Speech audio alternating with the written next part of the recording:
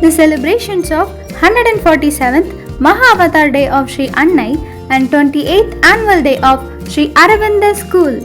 You can watch the speech of Avishesh, student of 2nd standard, about Dr. APJ Abdul Kalam in this video. Let's all welcome Avishesh and enjoy hearing his speech. My name is Avishesh from 2nd standard.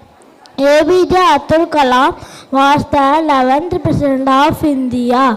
He was born on October 15, 1931 in Rameswaram, Tamil Nadu.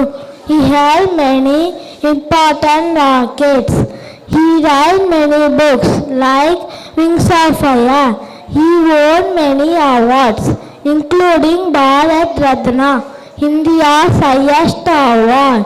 He passed away on July 27, 2015. APJ Abdul Kalam அவர்களின் பொன்வரிகள் துன்பங்களை சந்தித்தவனுக்கு தோல்வியே இல்லை. Thank you all.